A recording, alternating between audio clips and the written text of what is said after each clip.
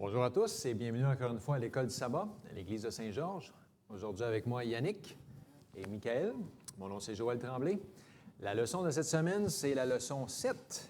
Le titre, c'est « Motivé par l'espérance ». Et donc, on avance dans le temps, on a étudié la grande controverse, on a commencé dans le ciel même, on a étudié la chute de l'homme. Ensuite, on a continué avec l'Église apostolique. Et dans les derniers jours, dans les dernières semaines, on a révisé les noms de gens qui ont été fidèles. Parce que malgré la persécution, malgré le fait que la Bible, que les Écritures n'étaient pas disponibles ou accessibles à tout le monde, Dieu a toujours eu des fidèles. Amen. Il a toujours eu des hommes et des femmes fidèles. Exact. On avait eu des noms comme Polycarpe, Jean Léger qui était un Vaudois. Les Vaudois, c'était dans quelle région du monde? En Italie. Moi, j'ai essayé de regarder ça cette semaine. Il y en avait de tout partout. Puis il y avait John Wycliffe. On a vu, lui, il venait de l'Angleterre. Jan Hus, il était de où? Bohême. Bohême, exactement. République tchèque avec Jérôme, même affaire. Et ensuite, on avait parlé de William Tyndale qui a contribué à la traduction puis à la Bible qu'on appelle la King James, la version très connue de la King James. Oui. Et on a vu que tous ces hommes-là, ces femmes-là ont donné leur vie, ils ont chéri la parole de Dieu. Ils étaient motivés par l'espérance, non seulement de Jésus qui était venu, mais que Dieu que nous avait fait la promesse qu'il nous préparait une place et qu'il allait revenir. Ils ont découvert quelque chose de solide, puis ils ont dit « Je veux mourir avec cette affaire-là. Je prends n'importe quoi. C'est tellement beau, c'est tellement fort. Là. Je me lève le matin, puis je suis prêt à donner ma vie. » Puis il y en a plusieurs qui ont donné leur vie, écartelés, torturés de toutes les manières. Puis je leur lève mon chapeau. Je leur lève mon chapeau. C'est quelque chose, ça. Exactement. Donner leur vie était motivé par cette espérance-là. Alors, avant de commencer, on va, si tu veux, Yannick, on va prier. Bien sûr. Continuer dans notre étude. Alors, bon et tendre Père céleste, alors que nous étudions les prophéties fascinantes que tu as laissées, des prophéties qui planent au-dessus de nous, qui planaient au-dessus de nous et qui ont été révélées, qui ont été compris par certaines personnes qui avaient cette passion de découvrir l'Évangile. Alors, puisses-tu nous donner l'Esprit Saint afin que nous puissions partager ces découvertes-là que ces réformateurs-là ont fait et qui annoncent que Jésus revient, et c'est le thème de la Bible d'ailleurs, dans l'Ancien Testament ou dans le Nouveau Testament. Tu reviens nous chercher. Alors, donne-nous cette espérance, donne-nous cette passion de la communiquer. Au nom de Jésus. Amen. Amen. Amen. Oui, Jésus revient. Et vous savez, c'est drôle parce qu'on dirait qu'on prend ça pour acquis, Jésus revient. Mais ça n'a pas toujours été prêché. Alors, on prêchait la venue de Jésus, c'était clair, c'était le fondement, mais le second retour de Jésus n'a pas été nécessairement prêché largement jusqu'à un certain moment donné où on parle de la réforme protestante. Et c'est là peut-être que ça a commencé.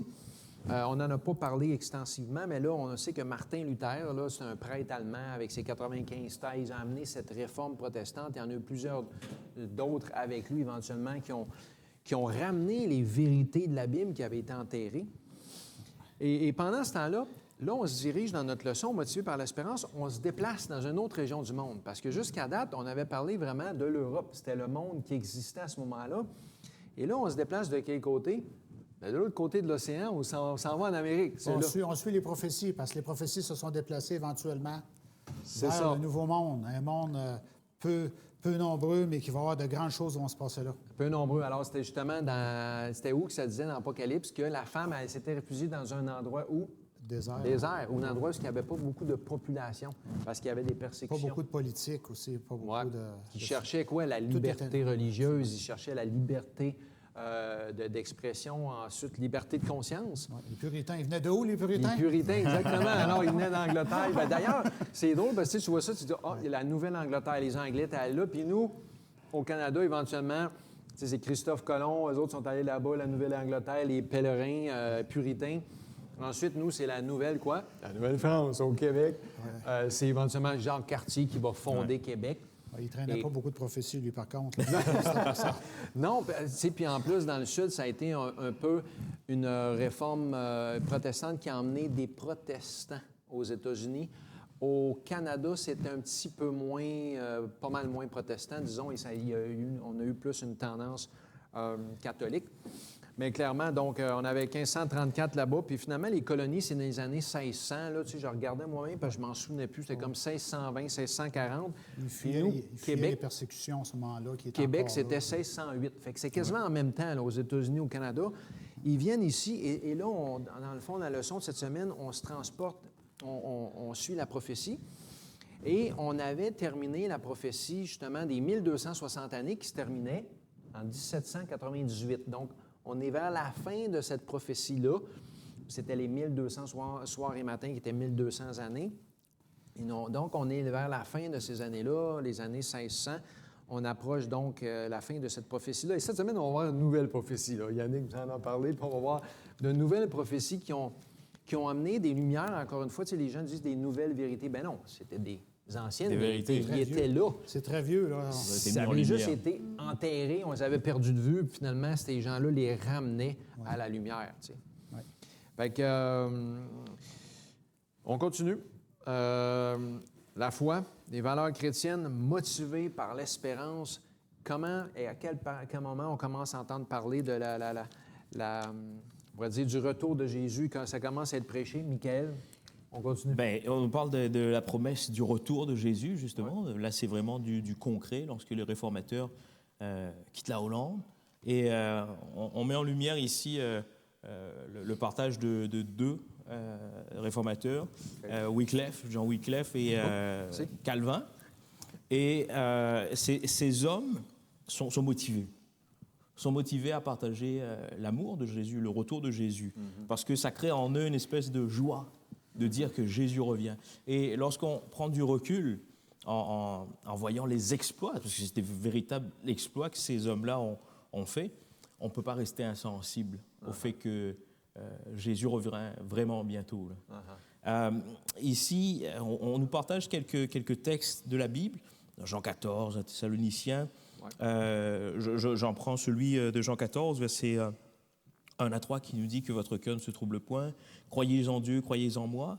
Verset 2 qui nous dit, il y a plusieurs demeures dans la maison de mon Père, Jésus qui parle ici. Si cela n'était pas, je vous l'aurais dit, je vais vous préparer une place. Et lorsque je m'en serai allé et que je vous aurai préparé une place, je reviendrai, la seconde venue, et je vous prendrai avec moi afin que là où je suis, vous y soyez aussi. C'est vraiment quelque chose d'extraordinaire parce que le message de ces hommes est fort. Ouais. On peut sentir l'émotion, mais ce n'est pas une émotion sous le coup de l'événement, mais c'est vraiment parce qu'ils ont vécu quelque chose de beau et qu'ils veulent le partager autour d'eux. Et pourquoi ce texte-là donne tant d'espoir aux chrétiens? Bien parce que le message de l'Évangile, la croyance dans la seconde venue de Christ apporte de l'espoir. Amen. Parce que ce message annonce la fin de la maladie, de la souffrance, de la mort. Ah oui, le paradis. Ça arrête une pauvreté qui est accablante pour un monde comme le nôtre, met fin à l'injustice, l'oppression. On nous parle également dans cette parole-là de querelle, la réalité de notre existence ici sur Terre. Et elle nous donne une espèce de vue intéressante sur l'avenir, sur le futur, parce que le Seigneur, lorsqu'il reviendra, nous montre la voie de la paix, nous montre la voie du bonheur et d'une communion qui va durer éternellement avec Jésus-Christ. Et tous ceux qui auront accepté de suivre Jésus, et c'est ça qui est vraiment beau dans cette promesse du retour et de ce cheminement des réformateurs à travers cette marche qu'ils ont entreprise. Et c'est vraiment beau parce que qu'on retrace un petit peu leur histoire, certains sont véritablement persécutés dans leur chair. Mais malgré ça, ils sont tenus debout et ils ont dit, le message doit être prêché, la Bible doit être traduite dans des langues pour pouvoir transporter ça dans les quatre coins du monde. Et la question que je me suis posée lorsque j'ai vu l'histoire de ces réformateurs-là, est-ce que j'aurais eu le courage? Je peux mourir, moi aussi, c'est ça. Mais c'est vraiment beau parce que le Seigneur leur a offert une puissance dans leur corps, dans leur esprit pour pouvoir être convaincus de ce qu'ils allaient porter comme message. Et c'est vraiment quelque chose d'extraordinaire. Même au-delà de la persécution, ces hommes sont restés debout, fermes. Et nous avons quelque chose de beau entre les mains. Ah ouais. Notre réalité à nous n'est pas aussi persécutante. Non. On a nos réalités, nos défis. Ouais. Mais c'est vraiment une grâce d'avoir la parole de Dieu et de savoir que Jésus revient bientôt, que ce message a été porté jusqu'à nous et qui doit être encore porté aujourd'hui. Clairement, parce que je pense que c'est dans le cœur de tout être humain. Oui. Dans le fond, on voyait ça, on disait, ces gens-là, il y en a qui avaient quitté l'Europe pour aller en Amérique. Pourquoi? Parce qu'ils cherchaient un endroit où il n'y avait plus de persécution. Ils espéraient peut-être recréer quelque chose de beau, de bon, mais ça sera jamais parfait. Les nouvelles colonies n'ont pas été... C'était pas le paradis. Dans le fond, dans le cœur de l'être humain, je pense qu'on cherche tout à arriver à une place à quelque part où il n'y aura plus de misère, plus de souffrance, plus de maladie, plus de péché. Puis cette motivation-là, il me semble, tu sais, des fois, je me dis, comment les gens font pour vivre sans ça? Je sais pas. C'est incroyable parce que ça donne une perspective extraordinaire à nos vies, tu sais. Il y a un verset qui dit que Dieu a mis dans le cœur de l'humain le désir de l'éternité. Le désir de l'éternité. C'est là. Ben oui. Donc, même les athées ont toujours ce désir-là inné en eux de dire, est-ce qu'il y a quelque chose plus tard? Qu'est-ce qui va arriver avec moi plus tard? Ouais. Alors, il doit faire un choix par rapport à ça. Clairement. Un choix fort ou pas fort, mais ce choix-là, il est là. Oui. Mais, tu sais, par rapport à sa même ordre d'idée, lorsque le Sauveur a donné cette promesse, « Je reviendrai », ça a donné un souffle, un vent frais à ses disciples. Ouais. Ça a comme éclairé largement l'avenir. Oui, c'est ça. Parce que je pensais peut-être qu'elle allait revenir très, très bientôt. La semaine prochaine. Pour eux autres, mais ils n'ont jamais lâché. Oui, mais c'est quelque chose qui vient nous attraper au fond de nous-mêmes. Ouais. Quand le Seigneur transcende notre esprit et notre être tout entier, on ne peut pas rester insensible à ça. Change tout. Et c'est pas quelque chose de mystérieux ni de mystique, mais c'est le Seigneur convainc. Lorsqu'on dit, Seigneur, aide-moi à trouver le chemin de ta vérité. Certes, ça demande quelques défis, mais au-delà de ça, il y a une réalité. Il y a une réalité, une vérité fondamentale. C'est saisir ce retour, cet amour de Dieu qui va nous mener vers... tu as dit 3 mots. Paul, il disait 3 choses demeurent. L'amour, l'espérance, la foi. La plus grande de ces choses, c'est l'amour. Tu sais, quand tu as l'espérance, tu as l'amour de Dieu qui va... Tu as tout. Tu as tout. Tu es équipé pour... Absolument. Mais tu sais, c'est tout un tableau très positif. Ouais. C'est sûr que la réalité, pour nous, on vit bien parce que on peut aller et venir sans être persécuté. Ouais. On peut avoir des hauts et des bas, mais le centre même de notre vie tourne autour de cette espérance-là, de la vie éternelle. Et le Seigneur peut nous accompagner dans cette marche-là. Et c'est vraiment une marche merveilleuse. Amen. Alléluia. J'aimerais ajouter à ce que Michael est en train de dire. Ça dit des chiffres. Moi, j'aime beaucoup les statistiques. Ça dit, dans l'Ancien Testament, on a 1845 références au retour du Christ. Oui. Dans l'Ancien Testament et dans le Nouveau, on en compte plus de 300 pour 260 chapitres du Nouveau Testament. Ça veut dire une référence par chapitre au retour du Christ. Uh-huh. Alors, c'est depuis longtemps que c'est là l'espérance du retour du Christ. Et pour nous, aujourd'hui, ça nous rappelle à nous, aujourd'hui, comment est-ce qu'on peut attendre ce Christ-là, mais ça peut être dans 100 ans, 30 ans, on ne sait pas. Alors, c'est d'être prêt constamment. Hein, c'est un peu le défi qui nous est lancé. Et il y a William Miller aussi qui est tombé passionné en voyant ça, le retour du Christ. Il a commencé à étudier et il a vu toutes ces références-là. Il dit « Wow, ça va être un événement grand puis majestueux. » Puis là, il commence à faire des calculs, puis « Hey, je pense que je vais le voir, les chiffres. Je vois des chiffres. » Va pas trop vite. Oui, c'est ça. C'est ça. Mais oui, c'est vrai. Mais les réformateurs aussi ont vu qu'il y avait des prophéties de long terme et qu'il y avait quelque chose, c'était pas fini avec Jésus, qui allait revenir et que Jésus avait une mission encore à accomplir et tout ça. Je me souviens mon responsable de jeunesse nous disait souvent vis comme si Jésus allait revenir dans 15-20 ans. Mais prépare-toi comme s'il allait revenir dans quelques minutes. Planifie pour 100 ans, mais sois prêt demain. Oui, on fait des plans à long terme, mais aujourd'hui, ça peut être notre dernière journée. De toute manière, on n'a jamais garanti. Absolument. Ça l'imprègne toute notre, comme tu dis, notre perspective, notre raison de vivre est complètement différente quand on est motivé par ça. On pourrait lire un verset, peut-être nous mettre dans le bain un peu. Du Tite 2, versets 11 à 14. Tite? Tite. OK. Tite, c'est Paul qui parlait à un jeune. puis tu lui condensais un peu qu'est-ce qui était important. Oui. Car la grâce de Dieu, source de salut pour tous les hommes, a été manifestée. Elle nous enseigne à renoncer à l'impiété, aux convoitises mondaines et à vivre dans le siècle présent selon la sagesse, la justice et la piété, en attendant la bienheureuse espérance et la manifestation de la gloire de notre grand Dieu et Sauveur Jésus-Christ. Alors, c'est l'apôtre Paul qui parle de cet événement-là.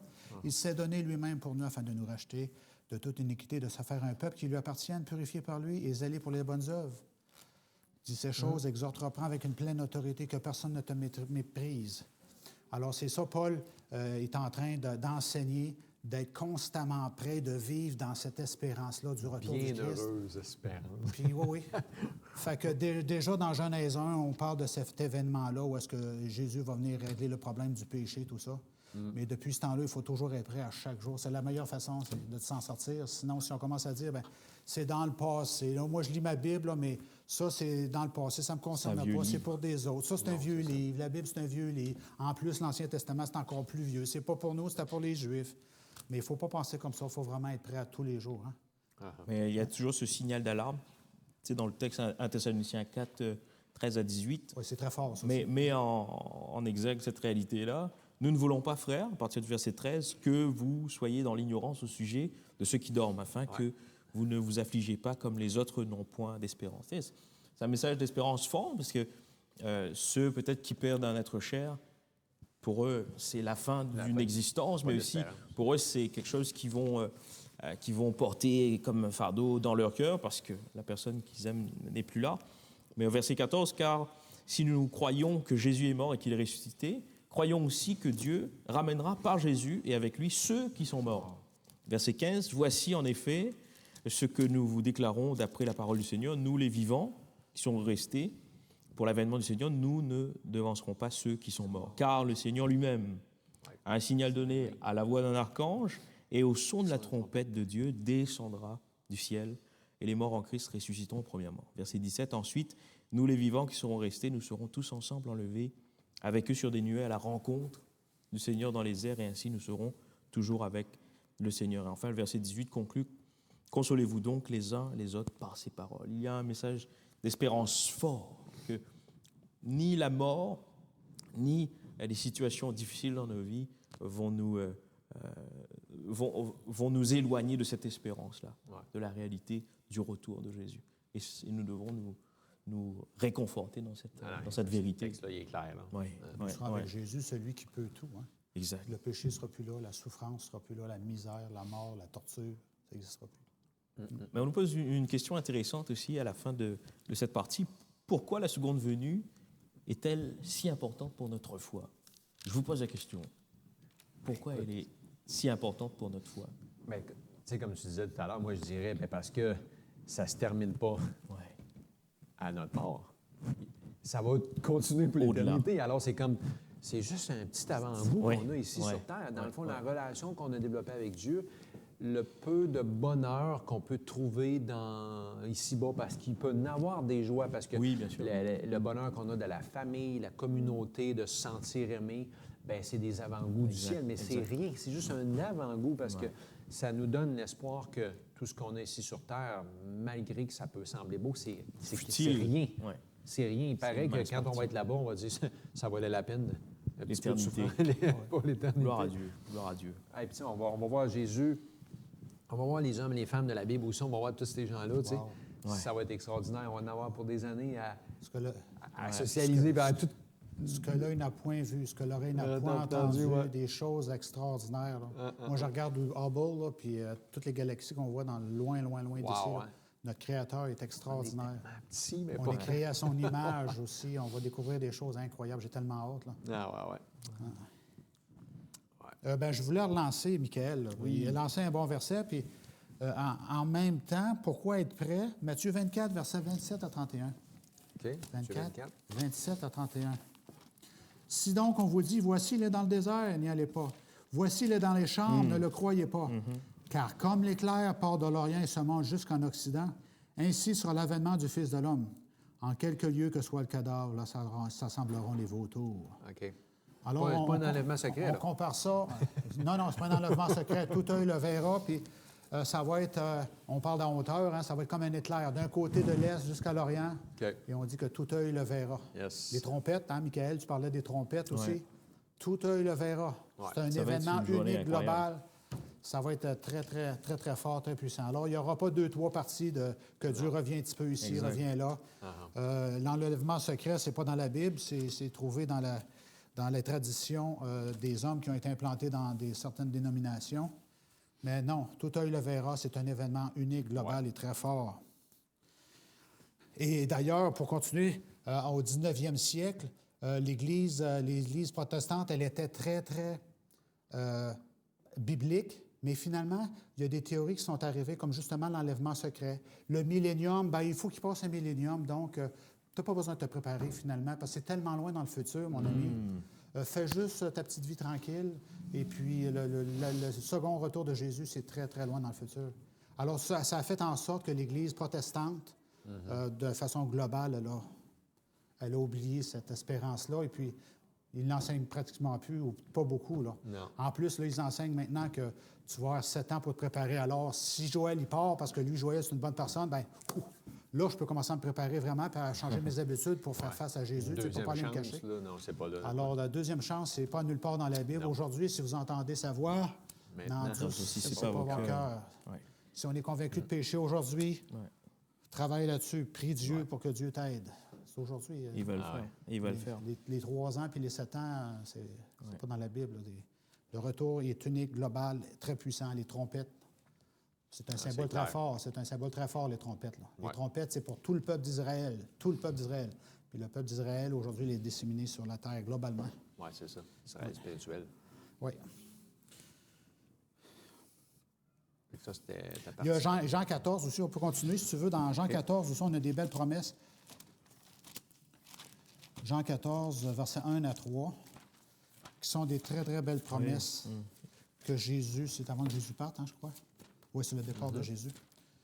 Jean 14, 1 à 3. Il faudrait le mémoriser, c'est tellement beau. Que votre cœur ne se trouble point, croyez en Dieu, croyez en moi. Il y a plusieurs demeures dans la maison de mon Père. Hein, Jésus, sur le point de monter, s'en aller, mais il dit non, il y a plusieurs maisons dans la maison de mon Père. Si cela n'était pas, je vous l'aurais dit. Je m'en vais vous préparer une place. Et lorsque je m'en serai allé et que je vous aurai préparé une place, je reviendrai et je vous prendrai avec moi, afin que là où je suis, vous y soyez aussi. Vous savez où je vais et vous en savez le chemin. On savait le chemin, oui. On l'a lu 2 fois. Oui. On l'a lu, on C'est l'a un lu. message Ouais, important. C'est un message important. Oui, mais C'est correct. Oui. Hey, parce que Jésus nous le dit, je vous prépare une place. Là. Ouais. Oui, avec ouais. Jésus, il fait quelque chose présentement. Il est dans le sanctuaire en train d'intercéder pour nous. Oh, hein, ça va être la semaine prochaine, celle-là. Oui, c'est la semaine prochaine, mais c'est ça. Pas trop vite, pas trop. Oui, c'est ça, mais Mais oui, mais c'est oui. passionnant. Là. Jésus s'en va Exact. faire quelque Il n'y chose. a pas grand monde préparer qui savent des ça. Tu places. dis, Jésus fait quoi en ce moment? Ben, je sais pas, moi, il est au ciel, ça le dit pas. Mais oui, ça le dit. Ben oui, ça le dit pas tout, mais ça dit que clairement, il y a une Alors, il y a tâche quelque chose de spirituel qui se passe, il y a quelque chose de physique qui se passe aussi. Mais nous, on voit juste le physique. Hey, je vais avoir une maison dans Jérusalem, dans Nouvelle-Jérusalem. Mais c'est spirituel aussi. Là. Il paraît qu'on va avoir 2 maisons, une en campagne puis une à la ville. Apparemment, chalet oui, j'ai aussi. déjà entendu Ah ça non, aussi. c'est merveilleux. Tout le monde est heureux. Oui. Skidou, sidou. Une maison dans la Nouvelle-Jérusalem. Vous en savez le chemin. C'est fort, ça. Vous en savez le chemin. Là. Vous avez tout ce qu'il faut pour... Ben, une couple de versets après, Jésus l'a dit, je suis le chemin, la vérité et la vie. Vous savez le chemin, puis il l'a confirmé au verset 6. Là, tu sais. Jésus a dit, je suis le chemin, la vérité et la vie. C'est juste après qu'il leur dit ça. Oui. Puis William Miller, c'est une personne passionnée qui étudiait la Bible de façon extrêmement forte aussi. Puis Exact. il a vu ça, tous ces versets-là qui parlaient du second retour de Jésus. On mentionne aussi Luther Warren, qui lui, c'est un des premiers prédicateurs adventistes. Il disait, le seul moyen d'être prêt pour la venue du Christ, c'est de se préparer et de rester prêt. Hein, aujourd'hui, même les gouvernements, aujourd'hui, avec les changements climatiques, ils nous disent de toujours être prêt. Hein? State of readiness, qu'ils appellent, un état de préparation où est-ce qu'on est prêt pour tous les changements climatiques. Les urgences. Alors, nous, c'est ça. les chrétiens, on doit être toujours prêts à tout parce qu'on est avertis. Matthieu 24, ça s'adresse à nous aujourd'hui, avec toutes les catastrophes qui frappent Ça la va être Terre d'une crise à présentement. l'autre. Ça va être d'une Alors, crise à il faut l'autre. être prêt, et c'est pas en accumulant des bunkers, en accumulant du matériel, mais c'est en étant prêt chaque matin dire pourquoi je suis ici aujourd'hui, j'ai tous les fardeaux, mais je donne tous mes fardeaux à Jésus chaque jour, puis dire Seigneur, je sais que tu vas me sauver un jour parce que je suis brisé. Ouais. J'ai besoin de toi, Seigneur. Alors, Ah, on a tous besoin de alors Dieu, chaque c'est ça. matin, on prie Dieu, dit, Seigneur, je suis brisé, j'ai plein de fardeaux, Seigneur, je te remets ça entre tes mains. Puis c'est ça qui nous donne la force de continuer, parce que Ouais. Exact. si on fonctionnait avec tous ces fardeaux-là, surtout dans nos communautés avec frères et sœurs, ça Ouais. ne serait pas portable. Donc, Non, on donne ça, est, on donne est les ça au premiers à Seigneur. connaître qu'on est des pécheurs et qu'on a besoin d'un grand besoin de Dieu Absolument. tous les jours. Chaque jour, chaque jour. C'est ça. Mais justement, sur ce besoin de Dieu, tu parlais de Miller aussi, William Miller. Ouais. Tu sais, sa démarche de recherche Ouais. à travers les Écritures nous montre finalement qu'on a besoin aussi d'étudier la parole de Dieu. Absolument. Laisser les Écritures nous parler. Non pas avec un œil... tu sais, parfois, on veut sortir un texte de son contexte pour... Pour justifier tu sais, notre position, ça justifier, exact. Ouais, mais, ouais. mais sauf que dans sa démarche à Miller, il parle de cette prophétie que le Seigneur lui a révélée, Ouais. et également de l'ensemble de la parole de Dieu qu'il a étudié de la même manière qu'il étudiait les prophéties. Ouais. C'est avec vraiment beaucoup de sagesse, en demandant l'esprit d'être présent dans son étude. Et je pense que c'est pour nous une invitation à faire de notre mieux, à prendre le temps d'étudier la parole et de nous concentrer sur les réalités, surtout celles qui nous demandent de prendre une décision, que ce soit pour notre vie au quotidien, mais l'élément essentiel, c'est le retour de Jésus. C'est l'espérance et la vie après cette vie sur terre.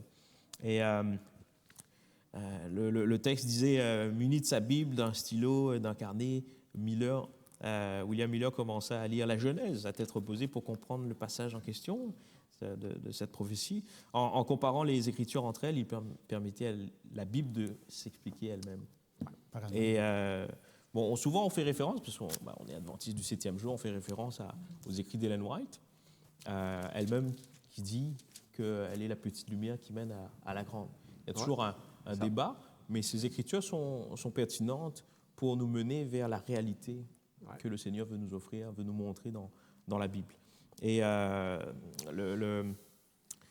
vous avez peut-être vu le film Dis-le au monde Oui. sur l'histoire de notre Église. C'est vraiment, quand je le regarde, je l'ai regardé plusieurs fois, déjà ça crée encore plus ce lien d'appartenance, mais connaître l'histoire de notre Église, c'est sûr qu'on ne peut pas tout maîtriser, mais avoir une certaine vue globale sur l'histoire de la Bible, mais également sur l'histoire de notre Église, notre mouvement, nous permet de bien cerner,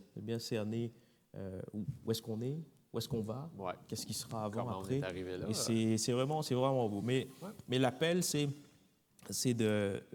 d'étudier la parole, de laisser les écrits nous parler, nous transformer surtout, pour nous préparer à ce grand voyage qui a déjà commencé. Oui. Il y a un autre verset aussi pour voir comment ce retour de Jésus-là comment va être dans Acte 1, 9 à 11. Et là, c'est 2 témoins. Hein? Ce matin, notre école du sabbat parlait de 2 témoins. Et là, c'est 2 messagers. On dit c'est 2 anges qui ont parlé aux apôtres après que Jésus s'est élevé. Il dit, après avoir dit cela, il fut élevé pendant qu'il le regardait. Élevé, hein? Il s'est élevé. Une nuée le déroba à leurs yeux. Au retour de Jésus, il y a toujours une nuée. Et comme ils avaient les regards fixés vers le ciel pendant qu'ils s'en allaient, voici 2 hommes vêtus de blanc leur apparurent et dirent, « Hommes galiléens, pourquoi vous arrêtez-vous à regarder au ciel? Ce Jésus qui a été enlevé au ciel du milieu de vous, hein, qui vient juste de partir, viendra de la même manière que vous l'avez vu allant au ciel. » Oui, de la même manière. De la même manière. On va le voir physiquement. Ouais. Il est monté, il va descendre. Oui, c'est ça son second retour. Ce n'est pas juste une chose secrète ici, une chose secrète là, puis il vient mettre les 7 plaies, puis il s'en retourne. C'est ça. Puis... Non. Non, c'est vraiment c'est un bien- événement unique et C'est bien décrit. global. Puis J'imagine qu'on va ces peut-être apôtres sont là. Ces regarder apôtres sont là. peut-être en détail leur retour plus tard, là, mais avec là, on est rendu... T'as-tu fini avec William Miller? Lui, il s'en va avec les 2300 soirs un matin? Oui, bien, tu sais, on a parti un peu dans tous les sens, c'est vrai. Là. Mais, tu sais, en parlant d'études, tantôt d'études de la parole, il y a l'aspect symbolique. Symbolique qui nous fait comprendre la prophétie. Et c'est sur cette dynamique du symbolisme-là qu'on peut bien comprendre la réalité des prophéties. Et elles s'expliquent par elles-mêmes. Mais d'ailleurs, je suis allé voir cette semaine, moi, les 13 règles d'interprétation de William Miller qu'il avait écrit. Oui, C'était spécial parce qu'il n'y avait pas énormément d'outils. Là. Ben oui. Mais lui, il disait que toutes les Écritures sont inspirées, sont nécessaires. Lui, son idée, c'est qu'il partait au début de la Bible, il lisait toute la Bible, il sortait le texte pour un sujet, il sortait tous les textes.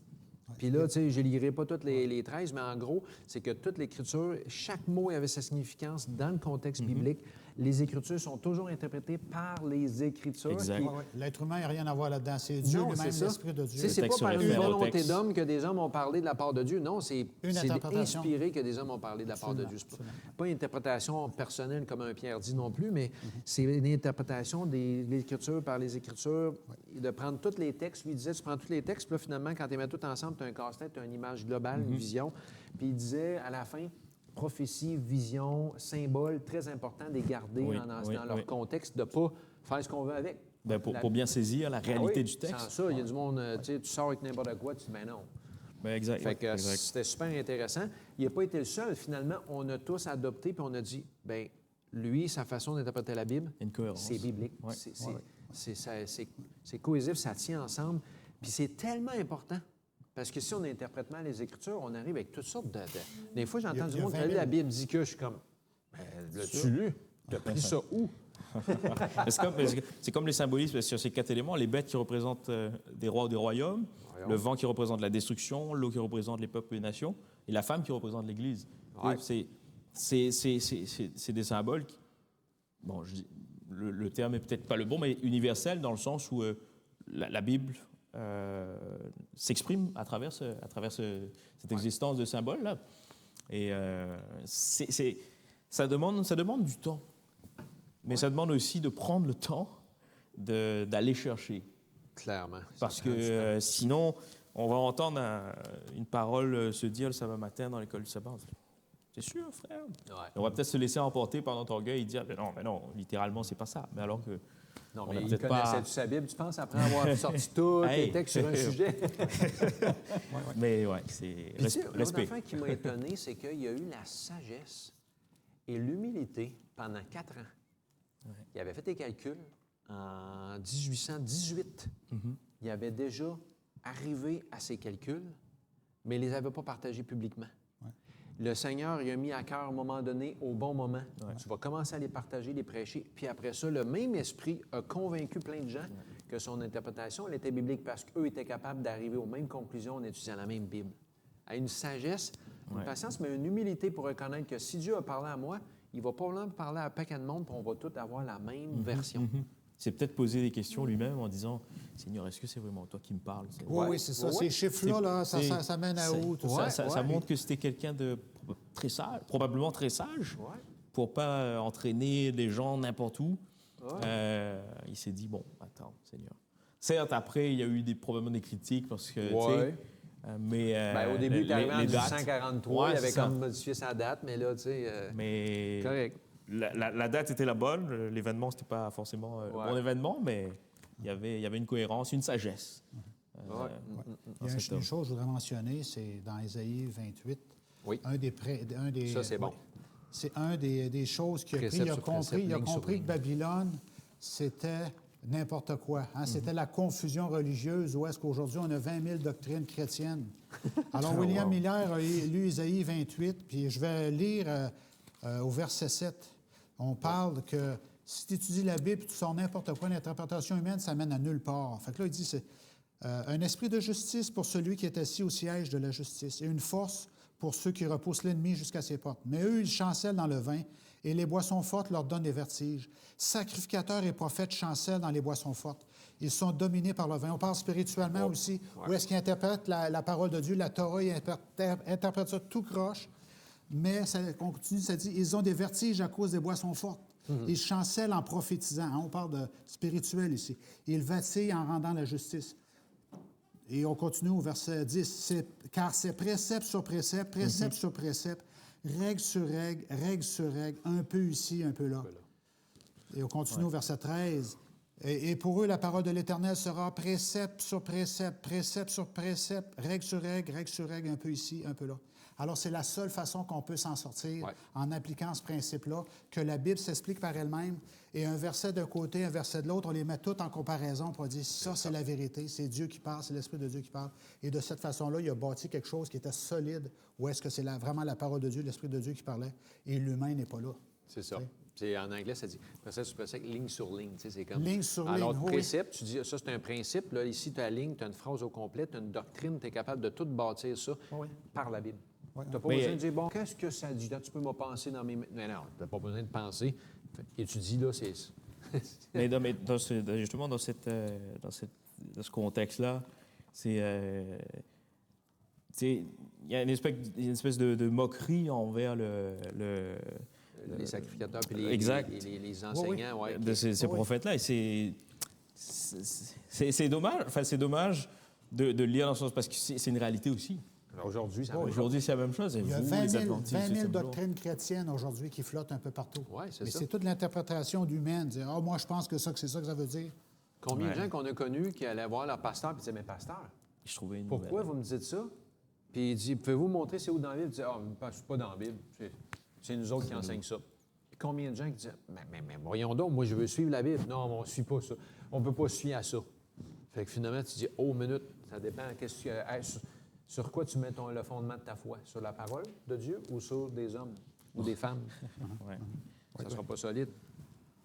OK. Je pourrais continuer avec les 2300 soirs et matins. Ben oui, parce que... William il reste pas Miller, grand William Miller, il étudie la Bible, puis là, il se rend compte, les 400 ans du peuple hébreu dans l'Égypte, ça a un début, puis ça a une fin. Puis c'est du temps réel, c'est physique.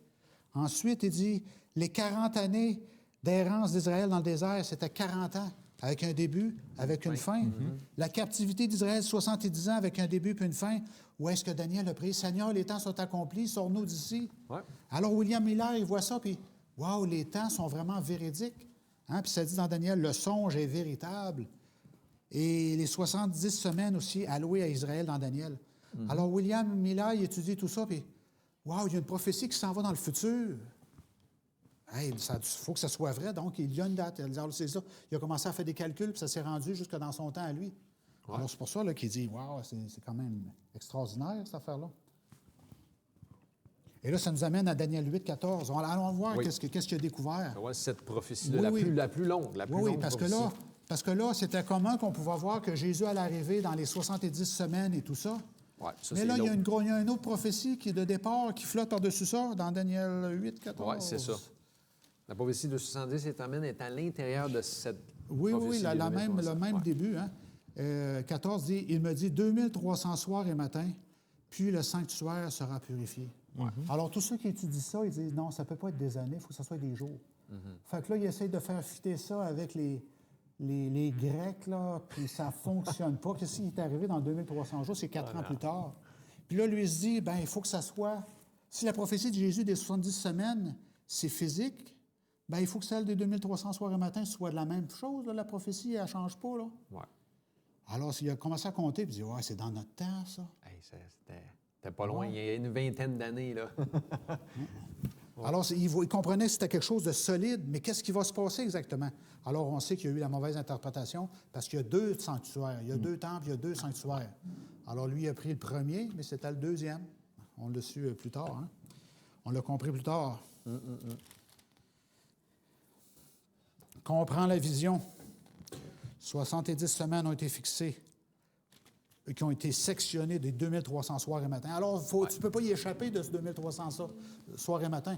Il est là, sur le temps. Puis de ça, bien, la prophétie de Jésus est à l'intérieur. Oui, c'est ça. Même départ, alors- comme tu as dit, c'était la même date, c'est à partir du décret Oui. d'Arsaxerxès de construire les rues de Jérusalem, 457. C'est intéressant parce que dernièrement, j'étais allé voir, moi, sur l'Internet, puis aussitôt que tu le mets, décret d'Arsaxerxès, 457, c'est clairement... C'est pas unanime. Il y en a qui pensent qu'il y a d'autres dates, mais c'est celle-là qu'on retrouve le plus clairement, le plus facilement, que c'est à partir de ce moment-là. 457, là, tu fais le calcul, puis... Alors, c'est clair, le point de début, le point de départ de cette prophétie-là, des 2300 soirs et matins, elle est extrêmement solide. Ouais. Donc, on n'a pas le choix de dire 1844, il y a vraiment quelque chose qui s'est passé là. C'est ça. Qu'est-ce qui s'est passé exactement? Hein? Puis en plus, c'était intéressant parce qu'il ne pouvait pas se tromper parce que la prophétie de l'avènement de Jésus, que le oint allait venir, bien, c'est celle que moi, je discute, là, tu sais, la prophétie des 70 années, je vais te laisser revenir, puis ça disait que dans 70 semaines, sont fixées sur ton peuple. Puis ça, il savait que c'était pour faire cesser les transgressions, mettre fin au péché, expier l'iniquité, amener la justice éternelle. C'est qui a fait ça? Bien, c'était clair, c'était Jésus. Oui, Puis eux autres, ils savaient que la prophétie s'était réalisée exactement au temps. Le oint devait être oint, il était baptisé en l'an 27, il a commencé son ministère. Au milieu de la semaine, ça disait que le loin allait être retranché.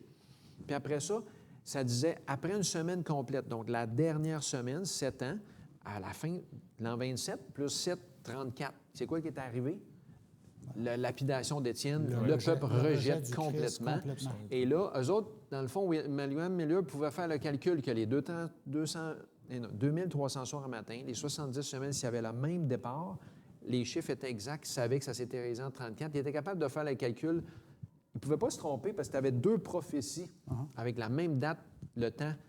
Dans le fond, ils savaient, c'est juste que là, ils ont manqué un petit peu l'avènement. Un petit modèle puis le grand modèle. Là. Il n'y a pas deux options. Il n'y a pas 2 options là-dedans. Mais excepté qu'eux autres, comme tu dis, c'était quoi leur problème? C'est quoi qu'ils avaient annoncé? Ils avaient annoncé 2300 soirs un matin et le sanctuaire sera purifié. Dans ce temps-là, ils avaient prêché quoi? Oui, c'est le sanctuaire, c'est la terre. Excepté qu'ils pensaient que c'était en premier, c'était Jésus qui revenait. retour, C'était ça l'erreur, de dire, le sanctuaire va être purifié. Jésus va revenir. Retour de Puis là, Jésus. ils ont bien réalisé que c'était trompé, le sanctuaire purifié. Ça va être la leçon la semaine prochaine, fait qu'on ne rentre pas trop dedans, mais ça faisait référence au jour des expiations, la purification du sanctuaire. Puis après ça, ils n'ont pas fabulé, ils n'ont pas eu des psychoses. Ils sont retournés dans la Bible pour découvrir encore une fois que oui, ils s'étaient trompés. Tu sais. Dans Hébreu. Ils ont eu la réponse dans Hébreu, surtout. Mais, hein. mais tu sais, si on se retire de l'aspect plus théorique, la réalité de la chose. La réalité de la chose, Jésus ne revient pas. Tout vendu, propager le message autour d'eux. Wow. Après ça, les railleries. Ah, wow. Mais tu sais, il faut vraiment la puissance de Dieu pour se relever d'une chose pareille. Mais tu sais, la force qui leur avait été donnée à ce moment-là. Mais d'ailleurs, là, il y a un centième fort. qui est resté parce que Oui. 99 ont quitté. De tous ceux qui La attendaient déception. l'événement, Ben oui, là, grande la déception. déception était tellement grande, il y en a plusieurs qui ont dit pouf, on abandonne. Mais qui sont restés? Ceux qui Ceux qui avaient ont cette retourné passion. Il a dit, oui. ce que j'ai lu, c'est vrai, il faut que ce soit vrai. C'est L'amour où? de la C'est vérité. où? Ouais, l'amour de la Amen. vérité. Ouais, ils ont Cette retourné. attente de Dieu, dire, il y a quelque chose de vrai là-dedans, puis c'est où? C'est moi le problème, c'est pas la parole de Dieu. Hein? Ah oui, puis je pense que Dieu, de toute façon, savait d'avance, ça allait arriver comme ça. Il avait prophétisé que ça allait être amer dans leur bouche. Apocalypse 10, Ça allait être amer dans leur ventre, puis là, ça allait être doux dans leur palais. Fait que finalement, c'était une prophétie qui disait qu'il allait avoir un mouvement prophétique à partir de cette grande déception-là. Tu sais. Ouais. Un mouvement prophétique qui repart de là, d'Apocalypse 10. C'est extraordinaire, tu sais. Fait que donc, on a presque fini. Dans le fond, il nous reste quelques minutes. Oui, pour conclure. 2300 soirs un matin, Daniel 8, 14, une grande prophétie extrêmement importante. C'est la plus longue, donc elle s'est terminée en du 144. Au début, il avait dit du 143. Oui, oui, oui. Puis Mais finalement, quand ils ont fait le calcul avec l'an 34, ils ont dit, ben non, il reste, tu divises. Donc, 2300 soirs un matin, il enlevait les 490 années, il disait 1810. Bon, voyons donc, comment se fait qu'on arrive en du 144? Il avait oublié l'an 0, il y avait une... Plus 27. Puis finalement, là, ils ont été le voir dans les calendriers pour mettre une date. Ils ont dit 10 octobre. C'était-tu 10 octobre? 22? 22 octobre, pas 10 octobre. Octobre, c'est le 10e mois. Mais c'est pas William Miller qui l'a dit. C'est pas lui qui a dit la date, non, Ce c'est ça. sont des extrémistes qui ont sorti. William Miller disait, seul le Père, c'est la date. Ne prononcez pas de date. Ouais, c'est ça. Mais c'est des gens qui étaient passionnés, Les gens qui ont, fervents, ils ont ils ont manqué dit, de sagesse un petit peu, puis ils ont dit, oui, il faut que ce soit le 22 octobre, puis on annonce le 22 octobre. Ouais. Vas-tu avoir du monde qui va annoncer des dates? Seul le Père le sait. Ouais. Il va en avoir encore. Ah oui, c'est pas fini. C'est pas fini. On n'a pas à s'accrocher aux dates. Le Seigneur n'a pas révélé. On n'aura Exact, pas de date pour l'avenir, mais on sait que, tu sais, comme la prophétie était certaine, elle avait dit au milieu de la semaine, loin serait retranché. Alors, au milieu de cette semaine-là, après 3 ans et demi de son ministère, c'était une semaine, c'était 7 jours, c'est 7 ans. Au milieu de son ministère, Jésus est mort. Et bien sûr, Jésus avait réalisé la prophétie, il avait mis fin au péché, avait scellé la vision. Puis Jésus avait confirmé, dans le fond, l'espoir. Et on peut dire les pionniers, les réformateurs, tous ces gens-là, dans le fond, on continue la réforme, nous. Parce que ce qu'on fait, puis ce qu'on veut, c'est que les gens retournent à la parole de Dieu. Ce que moi, je dis, ça n'a aucune importance. Ce que moi, je pense, ça vaut rien. Mais ce que la parole de Dieu dit, c'est éternel. La vérité. Si les gens peuvent retourner aux Écritures, retourner à la foi apostolique, tu sais, que Jésus avait dit à leurs disciples que vous savez le chemin. Il a dit, vous savez le chemin. C'est moi le chemin, la vérité, la vie. C'est pas parce qu'on est exclusif, parce qu'on veut pas rejeter les gens. Parce qu'on veut rejeter les gens. C'est parce qu'on leur dit, écoutez, il y en a juste un qui peut vous sauver. Pas moi, c'est pas le prêtre, c'est pas un autre. C'est Jésus. Jésus-Christ. C'est Jésus. C'est notre bienheureuse espérance du retour de Jésus. C'était la leçon de cette semaine, motivée par l'espérance. Oui. Fait que la semaine prochaine, ça va être aussi intéressant. Ça parle du sanctuaire, tous les symbolismes. Yes. Tout partout que tu regardes, il y a des symbolismes qui te montrent Jésus. Hein? Ouais. C'est ça. Donc, par la foi, par l'amour, par l'espérance, Dieu nous guide. Dieu guide chacun de nous, peu importe notre expérience, mais on est, tu sais, ça nous motive, ça nous inspire, ça nous donne une perspective extraordinaire de savoir qu'avant nous, des milliers sont morts, ont étudié les mêmes Écritures, ont la même espérance. Un jour, on va les voir, on va se rencontrer, ils vont pouvoir nous raconter leurs expériences. Fait que ce qu'on espère, ce qu'on laisse avec nos auditeurs, c'est que vous puissiez avoir cette même foi, cette espérance, que peu importe ce qui arrive dans vos vies en ce moment, aujourd'hui, présentement, ou ce qui va arriver qu'on ne sait même pas, bien qu'on peut s'accrocher à cette espérance qu'on a, que Dieu nous prépare une place, qu'on pourrait être ensemble pour l'éternité. Amen. Prions avant de se laisser. Seigneur, nous te remercions pour cette bienheureuse espérance que Jésus qui est mort, ressuscité, va faire de même pour tous ceux qui seront morts en Christ et que nous pourrons, Seigneur, après ceux qui sont restés, après ceux qui sont ressuscités, que nous pourrons tous ensemble, si nous sommes encore en vie, Seigneur, monter avec toi dans les airs pour aller vivre ensemble pour l'éternité. Merci, Seigneur, pour ces belles leçons. Merci pour ces promesses de ton retour. Merci, Seigneur, pour l'amour de la vérité et pour l'espérance et la foi qui nous permettent, Seigneur, de vivre avec une toute autre perspective. Merci pour cette joie, merci pour cette paix que tu nous donnes de savoir ces choses, Seigneur, et bénis tous ceux qui vont pouvoir s'accrocher, Seigneur, à cette foi en toi. Nous t'en prions au nom de Jésus. Amen. Amen.